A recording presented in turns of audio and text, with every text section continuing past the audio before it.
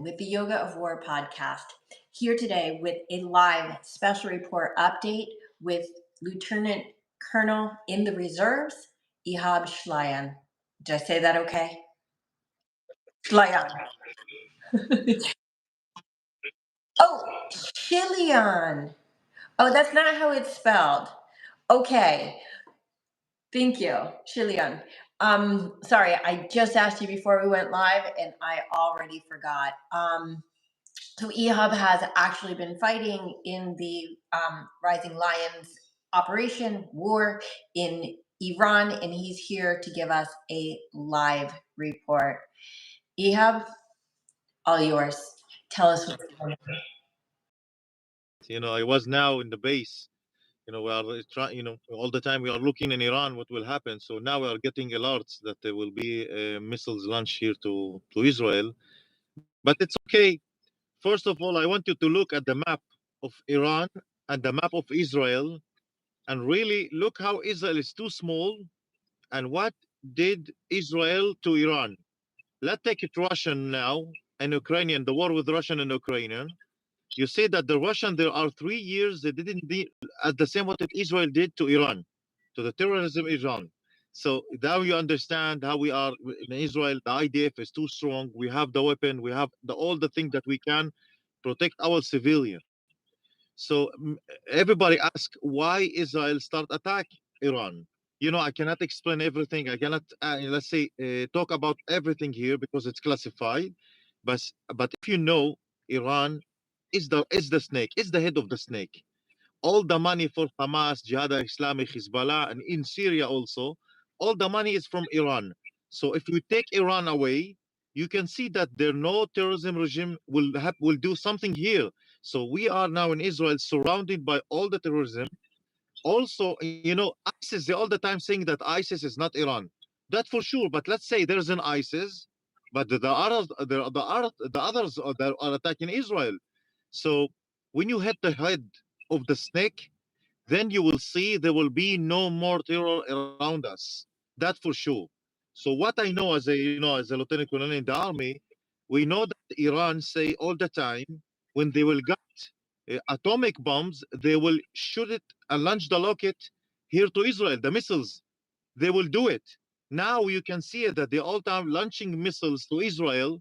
It's not atomic launch that you see it, but you see they are destroying, they are killing civilian. They didn't attack any base. They all the time launching missiles on civilian areas.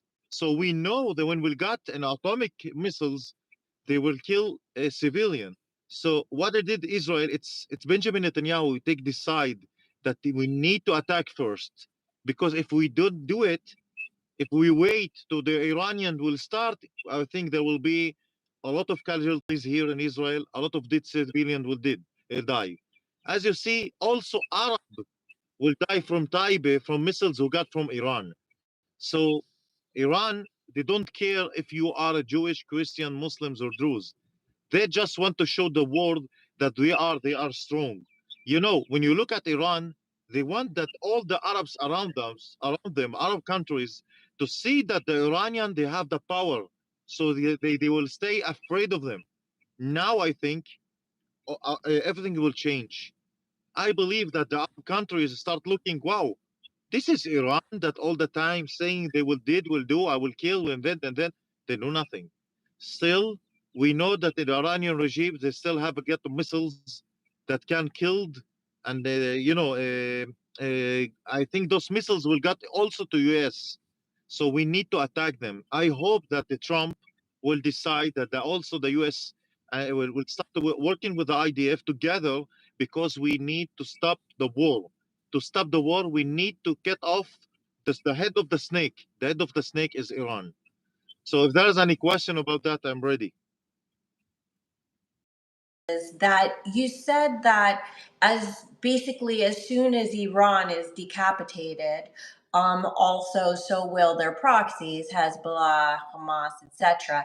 My question, I actually have two questions about that. One is they still have reserves. It's not like the moment that Iran has destroyed all their missiles and money that they already have are suddenly going to disappear. But the second question is, They also have other funders such as Qatar and also I know that Turkey's a little bit more complex because they're in NATO, but they also certainly want to take over that role. So where do you see that there would be a lag between let's say Iran, because now Trump is saying that he wants complete surrender. Let's say Iran surrenders completely. To Yes. get out from the For anybody who can't hear, there's the sirens going off for a warning for incoming missiles. So are there shelters everywhere? You're going to one of the roadside shelters. Where are you headed now? Can I see it? Are I will there wait. shelters at every gas station in Israel? That I can protect myself. Is just driving around Israel and um, any random place, not Tel Aviv, not Jerusalem, not a major city. Is there always going to be a shelter nearby? Like, how far apart are shelters, and how do people know where they are? Haifa and Jerusalem. Not in every building there's a shelter. So now I'm also in Haifa. I need to go down by the stairs, to walk 1 kilometer to get inside the shelter. It's not easy, but all the system here, the alert system, we have 10 minutes alert because Iran it's too far. It's not like launching missile from Gaza and Lebanon. You got only 3 minutes alert. Here we got the 10 minute or 12 minute to go to the shelters. So meanwhile, it's okay. But there's a places like Nebrak and villages and cities, Arab village, let's say, they don't have any shelters. So there's a problem here. It's a lot of money you need to build the shelters in every city and villages. I hope that this war will end will end all the things that we need to build any shelters. I hope so. So when you ask about the Iranian regime, when we cut the head of the snake, I believe there won't be any more wars. You will see it. It's if you take back, let's go back to Saddam Hussein in Iraq. If Saddam Hussein in Iraq still here, I don't believe that Iran will be here. So we need all the time to be the tough guy. So now we need to be. It's called the Wild East. So we need to be the tough guys. Israel must to be the tough. We need all the time that all the U.S. to all the time support Israel because Israel it's the last line. I can't call it the humanity, the whole world. I think there's a lot of countries they don't understand that. When I saw Macron in French, he say, "We need to stop the war. Stop the war." What are you talking about? In French, there will be as the same. You'll be there. There will be ISIS there. You cannot protect yourself. Maybe in 3, 4 years from now. But now, if we will believe the word and win the war, I say it. I want to say the word that we win. I think it will be, let's say, a red flag for all those tourism also in the West countries. I visited UK, Hamas. I was terrified saying, wow, I say, wow, it's not different from UK to Israel here, what's happening here in the Palestinian Authority. So we need to fight and win the war. We don't have any war, any country here. As Israel, this is there's no Jewish countries here. Israel is the last country here. There's no more places that the Jewish can live. And also us as a Christian, I'm not Jewish. As you see, I'm a Christian. So I believe for us as a Christian community, we cannot live in Arab countries. Yeah. So it, I think that I don't think you make a very important point that people don't realize that the ICBM program, as we've seen, can already reach Israel. We already know that. What they're working on now is how to reach America, and Iran's ultimate goal would So, are you safe now? Did they determine?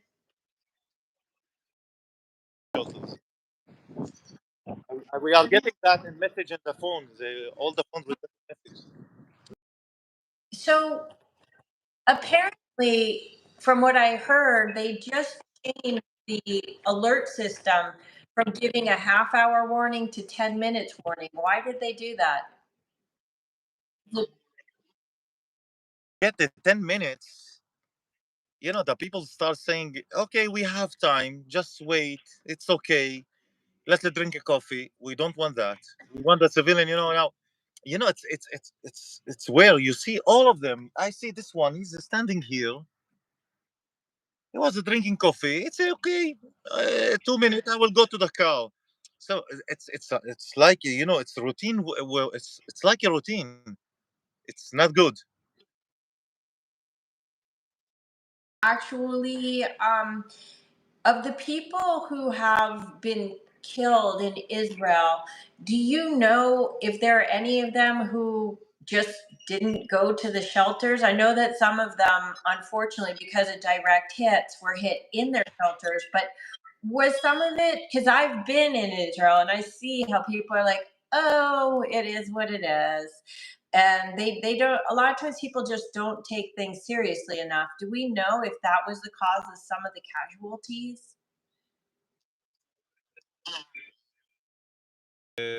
He's 16 years old.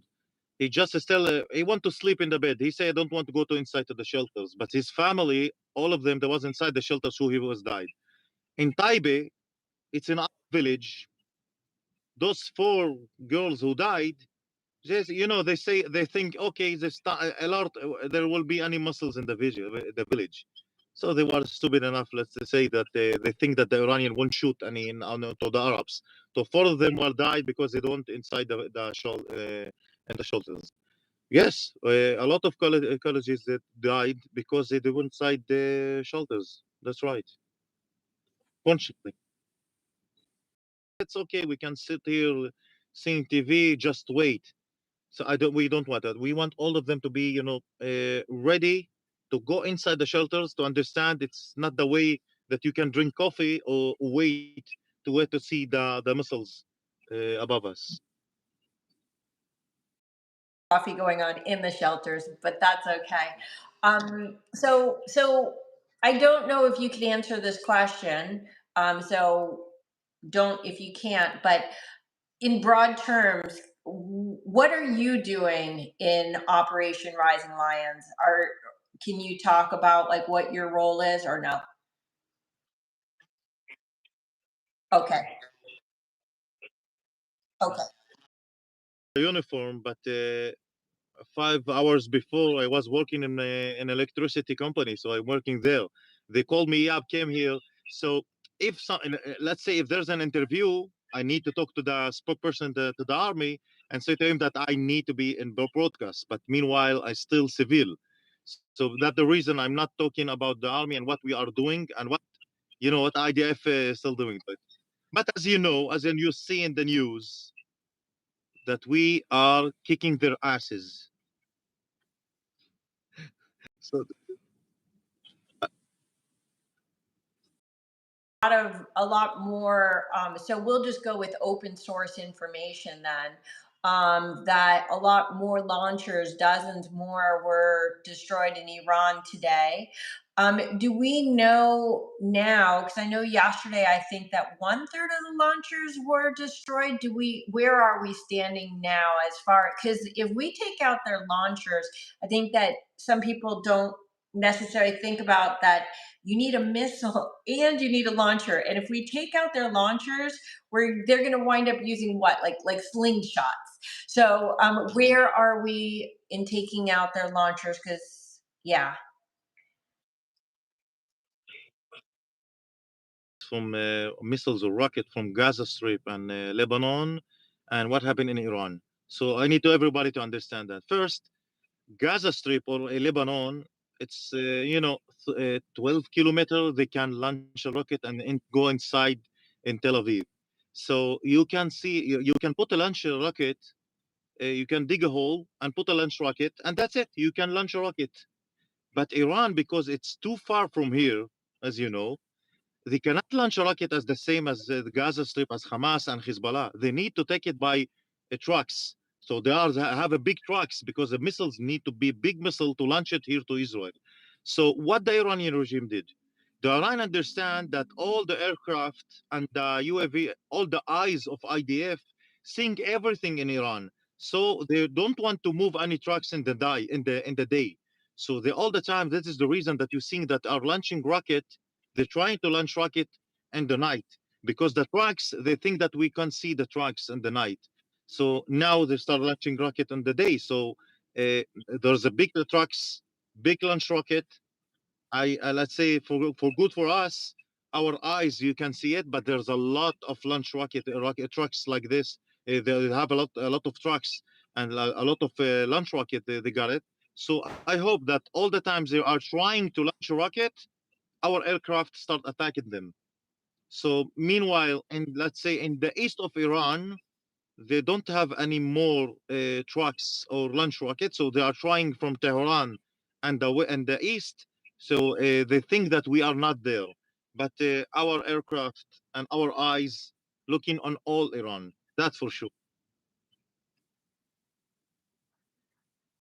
2025 is hasn't night vision technology gotten strong enough that it doesn't really matter if it's day or night? Between a regular truck and a truck with missiles, it's not the same. At the day you can see it, but in the night it's the same as every truck. We can move it in the freeway. So still,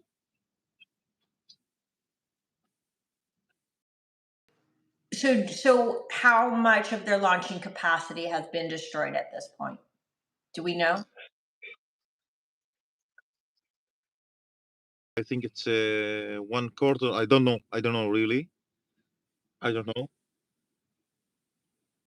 Yesterday to today, because I heard this morning that there were a lot more that were destroyed, but maybe not enough to really impact like the overall.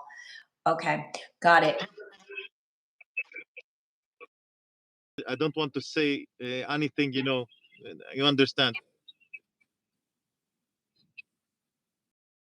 So how do you think that victory in Iran will affect hostage negotiations?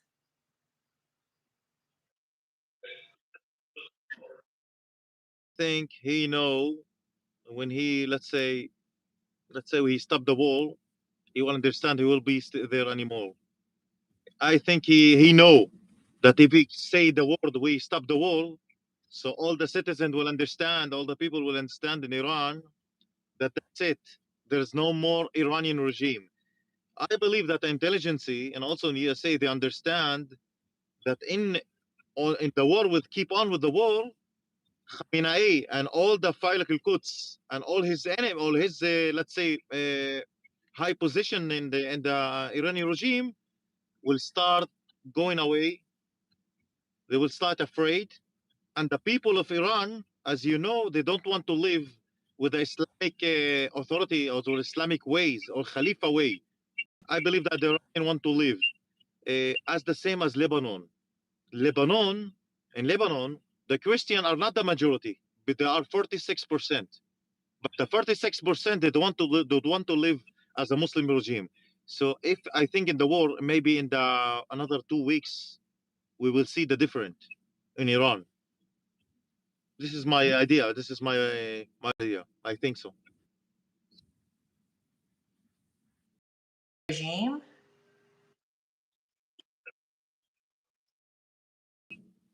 Start to finally rise up. Yes. This is I think this is the only way that we can, that's it, change Iran from Khilafah, from Islamic Khilafah to the, let's say, to the civilian or democratic.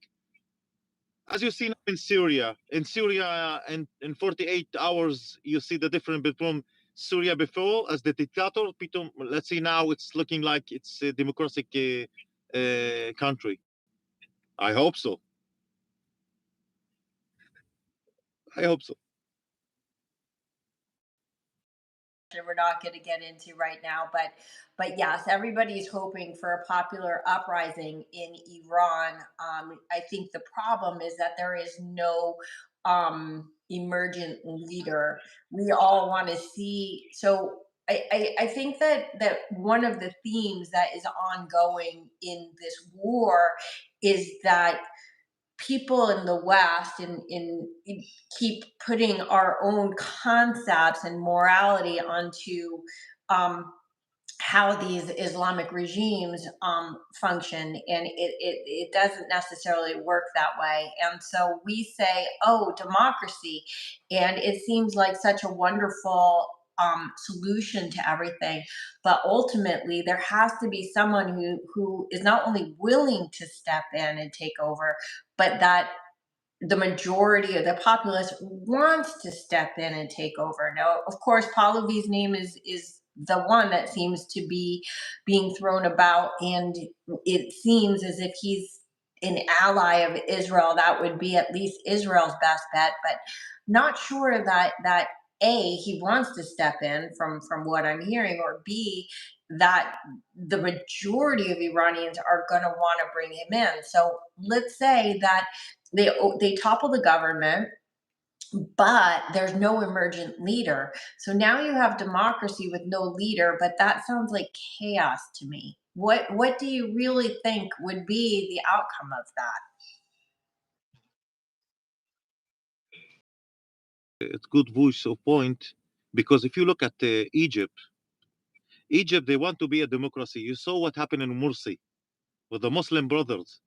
So when you give them democracy, there's a problem there in Egypt, because the democracy there, the people, they want to be Muslim. They want to be, more extreme in idea. In Iran, the different, as you see in Iran, we know that the Iran don't want to be, let's say, in a Muslim authority and start praying all the time. They want to live. They want money. They want to free economy. So I think when you would give the Iranian citizen democracy, they will see a leader there. This is the difference between Iran and other countries. Let's go to Jordan. Jordan now, if you let's the king from there and give him democracy, I am telling you, there will be the bad thing that we can do, because all of them, the majority, they are Palestinians, and with the Muslim ideology, I think that ISIS will control there in Jordan. But the Iranian regime in Iran, I think it's the different, that this is the world. I think all the world, all the leaders, they know that the Iranian regime, they will be not the same as the Arab countries. The Arab countries, if you give them democracy, there will be a terrible things there. There will be extreme Muslim and radical Muslims. But the difference, I'm telling you, you will see that will in Iran, we will see leaders that they will be, they want peace also in Israel, and will be peace in the countries. I hope that, and I think it's, let's say it's better from now. For us, it's better. That for sure. In Israel as allies once again. It would literally, it's the stuff that dreams are made of. You mentioned Jordan. Let's talk about Jordan for a moment. Can you the Hashemite kingdom has been under a lot of pressure, of course, from the populace, as honestly has Egypt, as far as the peace treaty with Israel. It seems like Jordan is as close as ever to its own collapse, and so I'm wondering, it how are Israel and Jordan sort of supporting each other in this war? I know Jordan, of course, is allowing Israel to use its airspace, and possibly also doing some of its own aerial defense. But can you talk a little bit about the evolution of this relationship, because it's certainly um, been tested the last 20 months?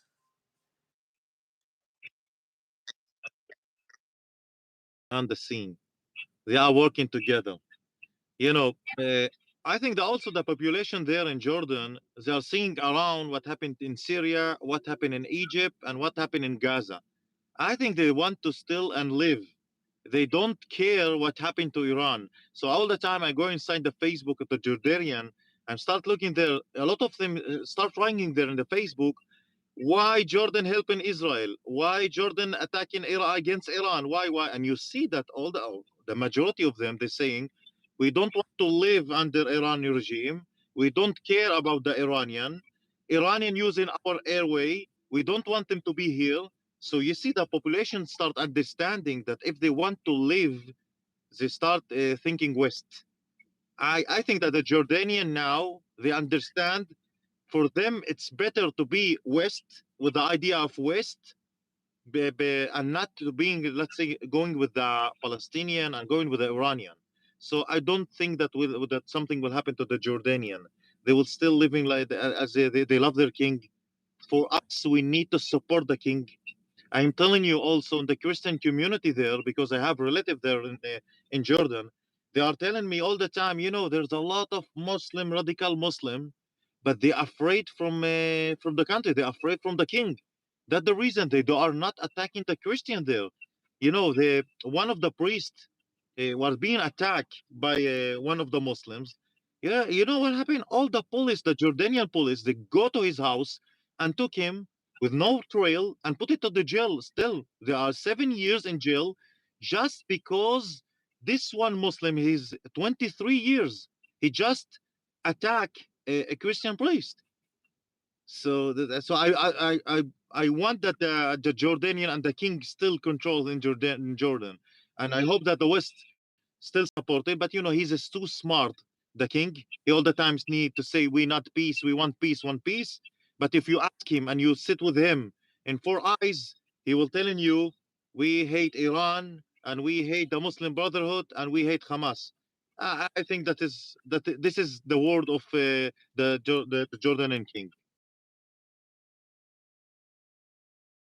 This ideology. I think you have Hamas also in Las Vegas, you have Hamas also in UK, in all the places, yes. But if you don't give them power, they cannot do nothing because they are in the mind.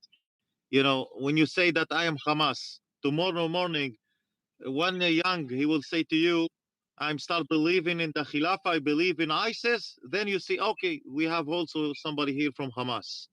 But Hamas in Jordan, they don't have any weapon and they won't attack Israel. They won't do it. Or attack also the kingdom. They won't do it. Hamas you have also in Turkey, in Turkish. So what they did in Turkey? Nothing. They cannot do nothing because they're afraid also from Erdogan. So we need to work with intelligence and try looking for those Hamas and leaders, Hamas leaders, or let's say ISIS leaders, and capture them, because for me it's like another snake will be in other countries. But still, I'm telling you, don't be afraid. The Jordanian won't happen and nothing in Jordan. They will keep in the peace process together and they won't attack Israel. That I'm telling you for sure. Obviously, to fly over its airspace. It seems as if they had a choice. They could either ally. They could ally with Iran, or they could ally, and that might sound ridiculous, but it's still a choice. And so they've made broad overtures about wanting to join the Abraham Accords as well. So it seems as if many of Iran's proxies have not only been lost, but at this point are outright betraying them. Do we know if Iran has tried to pressure Syria and say, "Listen, guys, whose team are you on?" Or have they just accepted that they've lost most of their proxies? I mean, Hezbollah also was like, "Yeah, we're not getting involved." It sort of seems like when your benefactor says, "I need you," you're supposed to just show up. So, have there been threats? Do we know?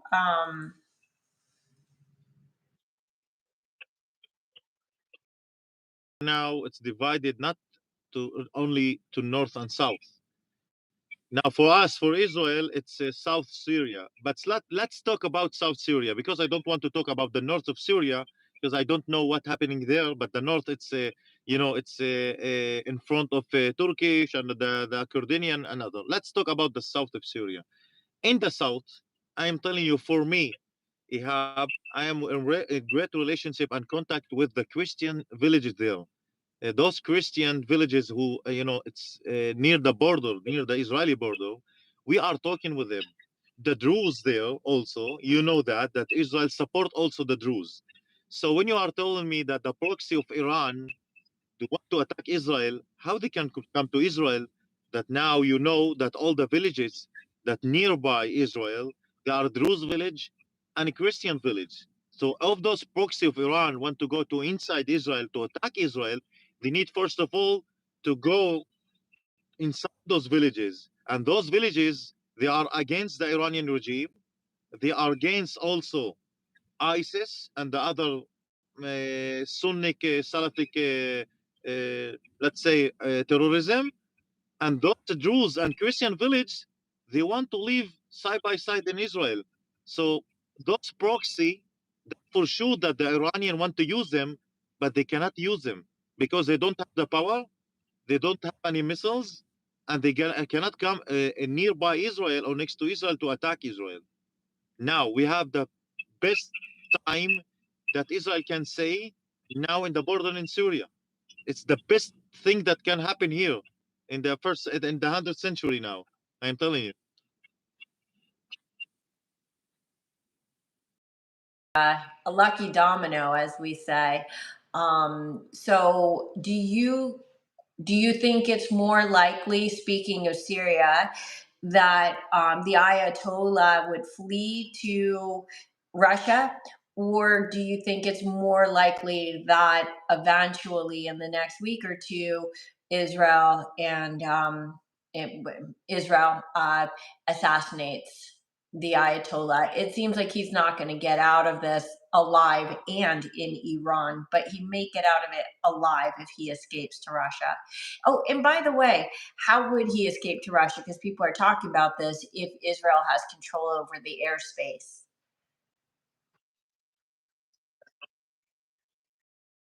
A lot of Iranian people, they start escaping, going to Afghanistan. So I think from Afghanistan he can go abroad, that for sure. So I don't want to talk a lot about it because we need to control also to be above Afghanistan to see if the Ayatollah will go from there. But if you asking me if the Ayatollah want to go to Russian, I think he won't do it because he too smart and know that the Russian won't support him. Let's a little bit think about the Russian and the Iranian. Do you think that Russia want to support Iran? I know that you are looking at me and saying, but the Iran are supporting the Russia against Ukraine, and we know it. But now Iranian regime is, they want the nuclear, they want a weapon, they have the missiles, plastic missiles. So what will say the Russian? They will see that there's a country, they got a nuclear weapon, and they will attack them. So Ayatollah, they know that we cannot trust them. So I don't believe the Ayatollah will go away and say take a shelters in Russia. If he would go away, he would take a shelters in Yemen, in Afghanistan, on other countries. So can he even get out of his bunker and live to tell? I mean, obviously, Israel knows. I think that he's lucky that he's got Trump honestly protecting him right now because Israel knows where he is. Trump is saying don't kill him yet. I'm not exactly sure why. Maybe you have some insight into that. But should he emerge from this bunker, unless it was an underground tunnel all the way to Afghanistan, which I wouldn't hold past them. Um, yeah. Oh, wait a second. Saddam Hussein, where is it today? Where is it today? Died. Gaddafi, where is it? Not here. Hezbollah, Nasrallah, where is it? Ismail Haniya, where is it? So I'm telling to the Iranian, please print a photo of Ayatollah Khomeini and write there RIP. Good luck.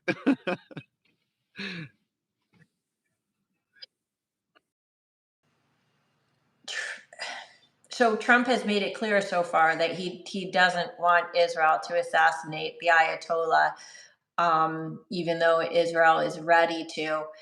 Netanyahu says that the assassination of the Ayatollah would, in effect, end the war. What is the thought behind, just because of the fears of regional instability? What is the thought behind stopping Israel from finishing that job?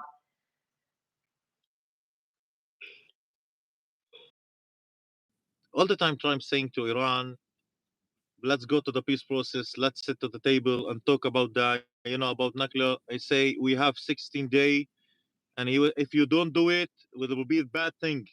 So when Israel start the war, Trump saying I'm not involved. But if you're asking me, there's political issue. I think yes, this is my idea. This is what I'm thinking. So I think that Trump and USA saying, if we say for sure that USA is together with Israel against Iran, then they will say, okay, what about Russia? What about Russia saying, okay, so all the time sitting aside, we need to protect Iran. I think so. So Trump saying we are not together, we are not together. When the Iranian regime start, or maybe Russians start seeing that the Iranians saying, okay, that's it, there's no more Ayatollah, then the USA will say we are together with Israel. Then Russia will do nothing. Russia will say that's it. We need to accept the now what's happening here. Maybe there will be a peace process. I believe that also Russians saying that the US they don't want to be in Iranian. They don't have nothing to sit there. So they just want to take this enemy and put all the terror aside and let's go to peace process together. So I believe there's a political issue here. I don't care about the political issue.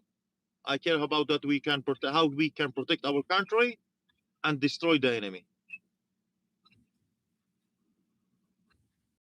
That it seems like you're in certain ways on the same page of peace emerging in the Middle East as the outcome of this war.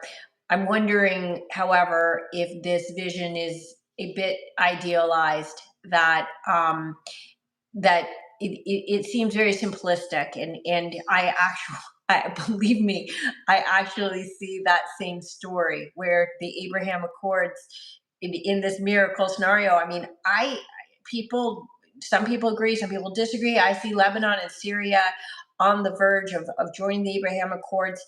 If we, let's say we got regime change in Iran joins the Abraham Accords, it just seems like, okay, well, if Iran's on our side, then Hezbollah, Hamas, Houthis gone, everything. But we have the Muslim Brotherhood. It's not that simple. There's layers upon layers upon layers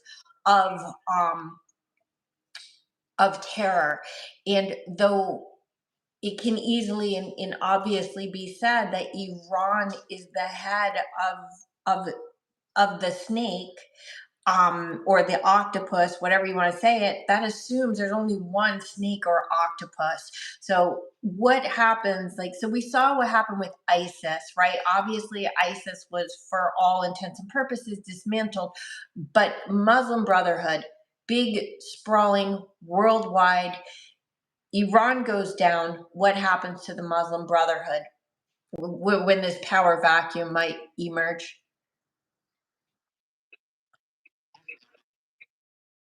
East will be peace process before peace in the West. I really am telling you about my vision. I'm telling you now because I have a lot of friends in the European countries. I visit in London. In London, I saw ISIS there. So if you tell, I will telling you what my vision, what I'm thinking. I think that they will see peace process here in the Middle East. You will see that Syria, Jordan, Egypt, Lebanon, maybe yes or no, Iran, Saudi, that for sure there will be peace. But then we will see a war in the West. War in the West. because I visit in UK and visit in Italy. I saw what the Muslim Brotherhood they are there are so extreme. They are attacking other countries. You know, it's too much democracy. So I think that the West start. You need to start wake up and thinking about yourself, because here in the Middle East we are fighting our fight, and we will win that for sure. We will stop the terror because we lead the terror all day, all night. We are fighting, but you are there in the West countries. You can't see the enemy. We see the enemy all the time. So we will finish the war here. There will be a war in the West countries. That I'm telling you.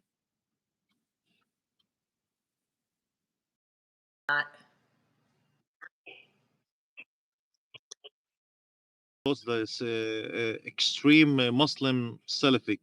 What do you think? To take over the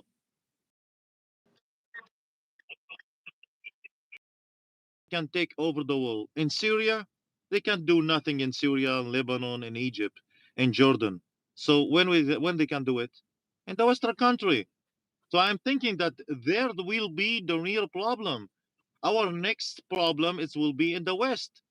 I'm telling you, before the war in Gaza and Lebanon and Iran, I am telling you all the time, I'm so afraid what will happen here in the Middle East. But now you start, when you ask the citizen here in Israel, they're all the time saying to you, why we want to go to the West, we want to live to the West, but they're not in the West. And they came back from the West and telling us, why, Ihab, don't go to the West. You don't understand what's happening there. It's too bad. It's like Gaza Strip. It's like Syria. So I think we are going in a bad situation in the West. And I think now in this war, in this year, we will see the peace process will start going up here in the Middle East. Lot of talk in America, and has been for the last 20 months, that it seems as if Europe has already fallen, to tell you the truth, and we're hoping that America doesn't also. But obviously we see these masses of people calling for jihad in our streets and waving terrorist flags, marching to their own death. But again, when you say West, I believe you mean for right now Europe, not quite America yet, or you think it that So outside the church, Muslim praying there. Why? You can go to the mosque and pray in the mosque. Why you are praying next to the church? In Israel, you won't see that. And also, I'm telling you, also in the Arab countries, you won't see Muslims go outside churches, also in Egypt, and start praying to Allah Akbar next to the churches. But now you can see it in the West and also in Canada and also in USA. It's too much democracy.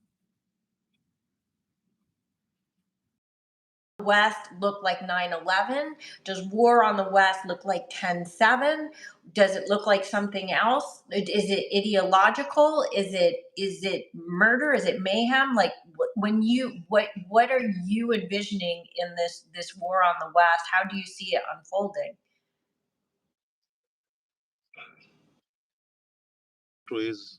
And I saw how the Muslims start control in cities there.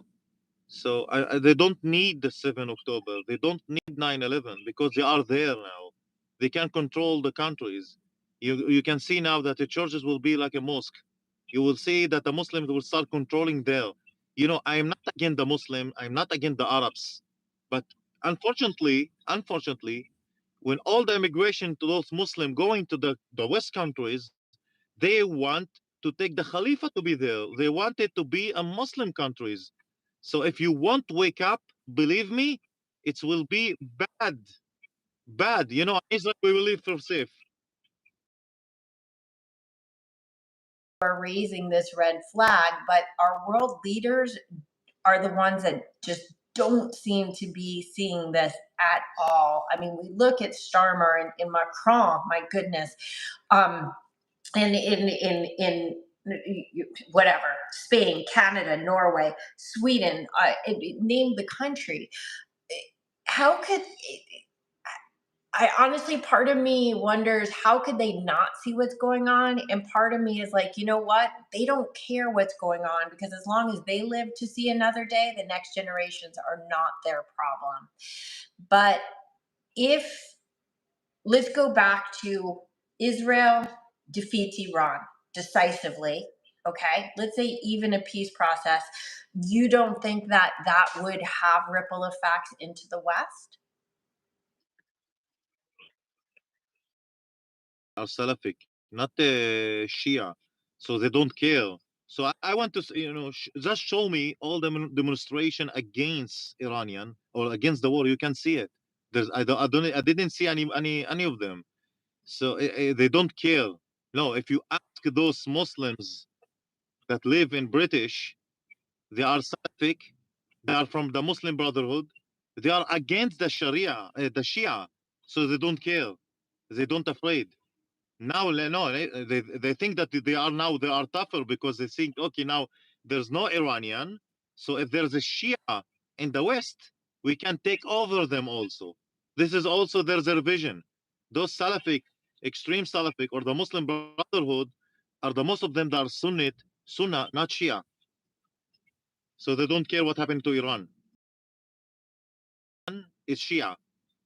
But Azerbaijan, Israel with Azerbaijan, they're working together. They're getting all the weapon and the supply. But Hamas now, they say that the Arabs world, they are not supporting them. The Jordanian and the Egyptian, they are not supporting Hamas. So Hamas, he want money. So what he say? He go to Iranian, to the Hezbollah, and say that we are together. There's a quote. I forgot it. Your enemies, my enemies, my friend. It all. So this is what happened. Believe me, Hamas and Iran, they don't love each other. That for sure. But because they think that because the Jewish are here and there's an Israel here, so they are working together against, let's say, Israel. But what happened Israel? Let's say. I hope that we are still here. Yes. What do you think? They will treat against each other.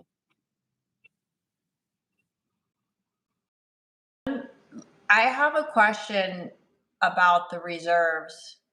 And I don't want to get too much into this because I'm looking forward to our broader conversation in a couple weeks that's going to get into some of that. But with the war in Gaza and now question. What's going on in Iran is mostly Air Force, and what's going on in Gaza is mostly ground force. Is that accurate? So does that, I'm going to ask a really stupid question now. Does that mean they're different, um, different soldiers? Meaning that that the war in Iran isn't necessarily taking away resources from what would otherwise be in Gaza? Iraq, Iran, Libya, and etc.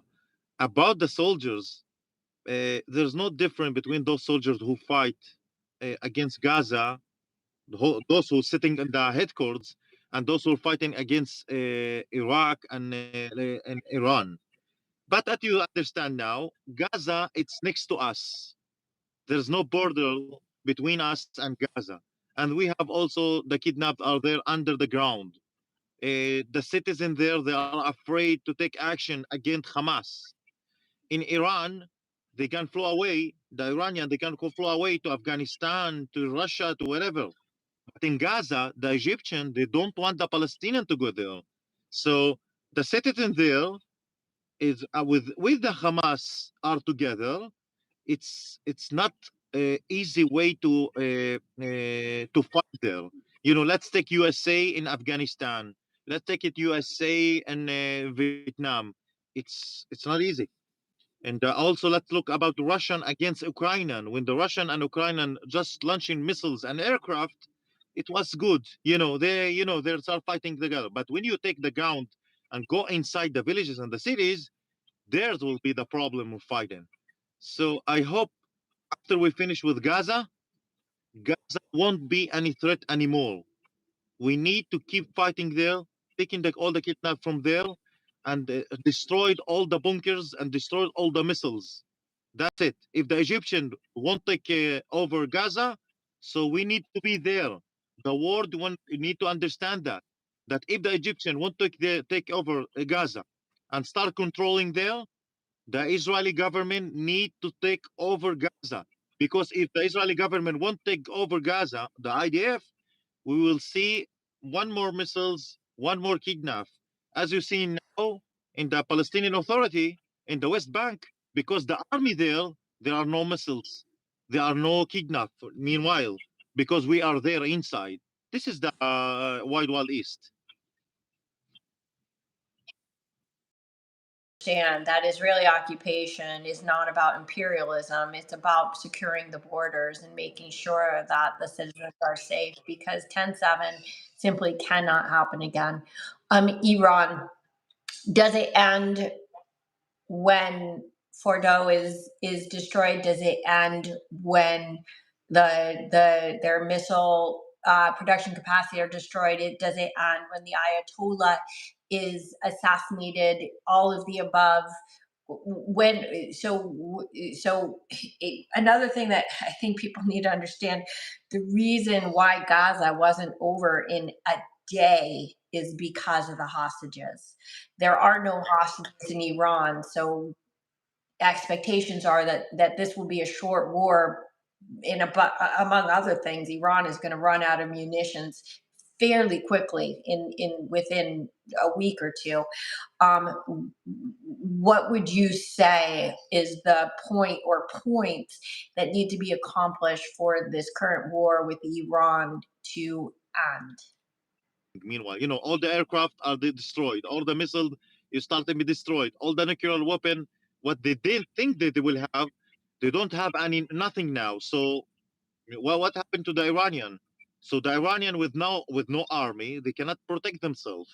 There's a difference between fighting against terrorism and against countries. So now we are fighting against country.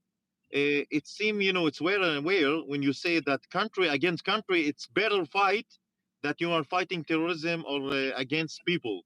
So now we are not attacking people in Iran. We are attacking country. We are fighting against the Ayatollah.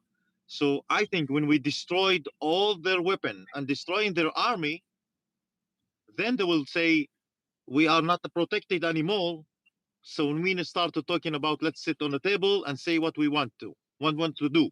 They are destroying their economy. They're not having no food. They don't have any weapon now. They don't have any army. So what? So for why he need to keep on being as in the authority as Ayatollah? So let's keep on fighting, and we'll keep destroying their army. Then we will see a peace process. I think so. We have time. Your positivity, and I'm really clinging to it. But I have to ask one more question, which is not a pleasant one. There's some talk about the Ayatollah knows it's over for him and for the IRGC, but there's some talk about one last shot by attaching either creating like a dirty bomb, which doesn't require a full nuclear warhead, or biological warfare. Now that they know that their missiles are not only hitting, but it's irrelevant, even if they get intercepted, anything that was on it would still disperse. Is this a viable threat? Where all the biologic missiles there. This is first. Second thing you need to understand now, Israel, meanwhile, they're attacking with aircraft only. What do you think? We don't have any missiles here? We got missiles also. So, when we'll decide here, when Benjamin Netanyahu will decide that we need to attack by missiles, then there will be Iranian anymore. I think the Iranian won't use the biologic, because if he use it, he will understand that he will destroy his country and he will destroy himself. So it's better for him to escape, better than using any weapon like this, a biologic weapon. But still, I'm telling you, the intelligence, we know all the places where all the biologic weapon they got it.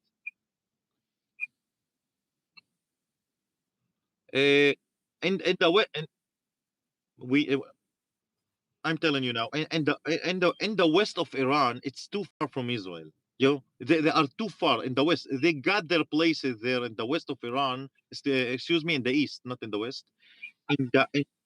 In the east of Iran, we are for sure they have got missiles with the biologic missiles. But to launch these missiles, they are too big missiles. To launch missile like that, you can see it by satellites, you can see it by everything, by radar, you can destroy it in the far, far away from here. So this is why the reason I believe he won't use it, and he don't have the tools to use those missiles. If they transport it, we can see it by by now all the radars can see it. I don't believe he would do it. I don't believe that. He's not going to survive it. I don't know how much he cares if the rest of his people survives. I mean, they're not suicidal the same way as like say the Hamas are. There is a certain level of self-preservation or rationality, but at the same time, it I don't remember who it is who has the tombstone that said or has a tombstone that's going to say, I live to destroy Israel or whatever. It really is their raison d'etre, and it seems like if he's like, okay, fine, but I'm going out in a blaze of glory. I also heard that he might do it as a punishment for Syria and Jordan for cooperating, that if the bombs are detonated above their airspace, then their people would be the ones who would get the nuclear or the biological fallout from that interception. Stop. We don't know anything. That's it. We want to live. They want to, let's say if he launched rocket like this, what he will win?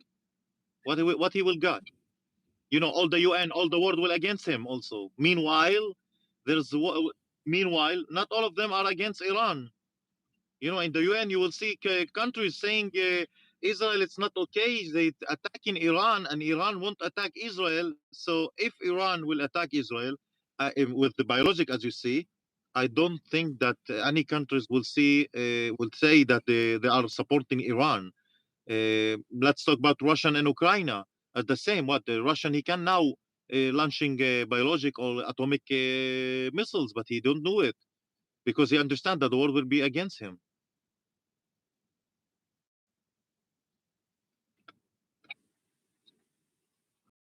That when it comes to the United Nations, I mean, every rule is broken when it comes to Israel. I mean, the double standards are extraordinary, and even the United Nations has yet to condemn the attacks on 10/7. So I don't think that anybody is really afraid of condemnation when it comes to going against the Jewish state, unfortunately, or Israel.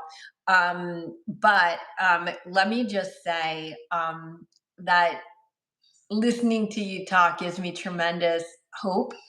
And I know you're a man of tremendous faith, and I'm sure that helps to carry you into inform your optimism.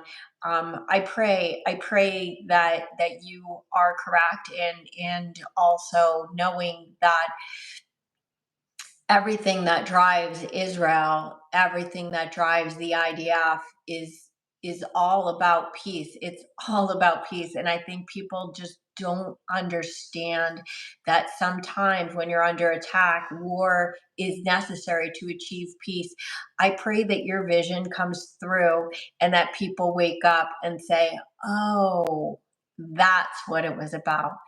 So praying for peace for Israel, for the region, for the safety of the IDF. Thank you for your service in the reserves. You've been very, very generous with your time. Is there anything else you want to say before we sign off? That be with their families, because those hostages meanwhile they're 2 years under the ground. So we pray together for Israel. God bless Israel. God bless you, and thanks a lot.